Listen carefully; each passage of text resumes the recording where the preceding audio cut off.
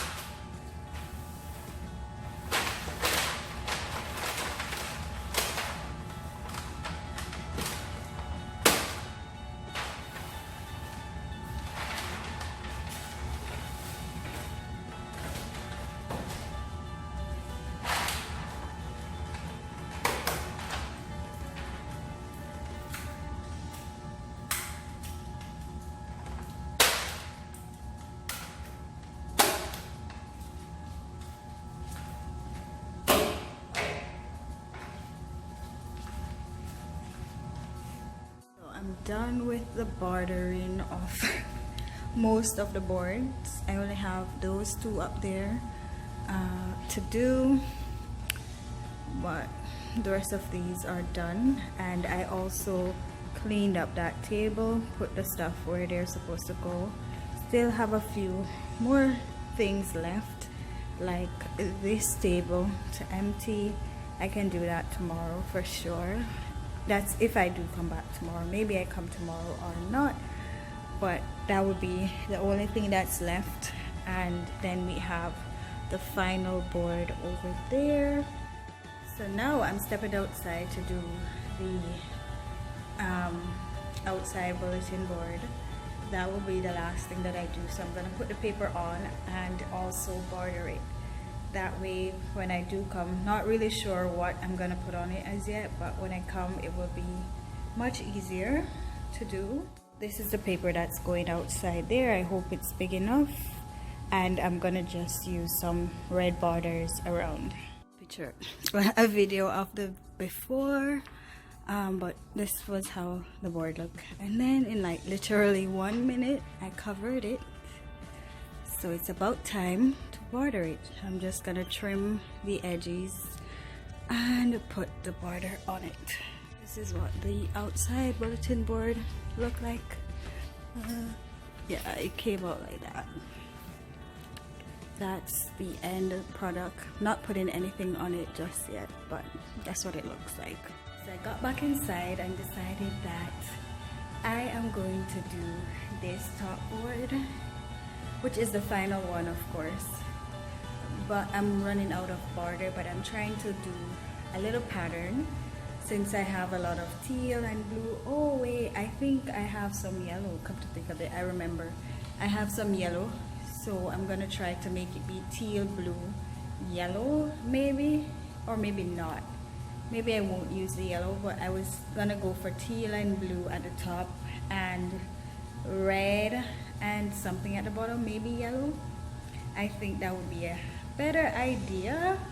And oh my gosh, I cannot believe I'm actually finishing my class in 2 days, pretty much, because next week will be crazy. I want to think next week will be crazy with all the changes and COVID-19 and all the policies that they're gonna make. I know that it will be a lot of training, a lot of information, so I might as well just use this little time that I have left to complete everything. It's about 4:30 now, so I suppose I'll go home at about 5 or 5:30, depending on when I complete this board. So I'm done with the bordering of those boards, thank God. So what I plan to do is just to stack back the stuff and to decide what I'll have up there. So that task was really hard, just to go up there. I had to use a chair, put a chair on the countertop to put the stuff up there. Now I am really exhausted, so I'm just gonna start by cleaning up the area and so forth. So those came from up there off the countertop. So this is the assessment data from last school year. Of course, with all that happened with COVID, it's a wise idea to keep them right now. So I'm just gonna take them up and just put them on the counter. Alright, so I am done for today. I have all the borders completed. A lot of the items are in the place that they should be, except my table, like I stated earlier. I will do that tomorrow or maybe Wednesday. I need to check the schedule again just to see what time I go where and what I do. But that, I want to say that my class is completed for now, or it's in a close completion stage, because as we all know what is happening around the world and what they're saying about schools and so forth, it doesn't really make sense to even like go all out, be elaborate, because we need a space, number one. So we don't want to have a lot of things hanging around. I don't like a cluttered classroom either, but we use a lot of different supplies that, you know, take up the space. And I'm not sure if I said this earlier, but for my class, we will be starting online for the first 2 weeks.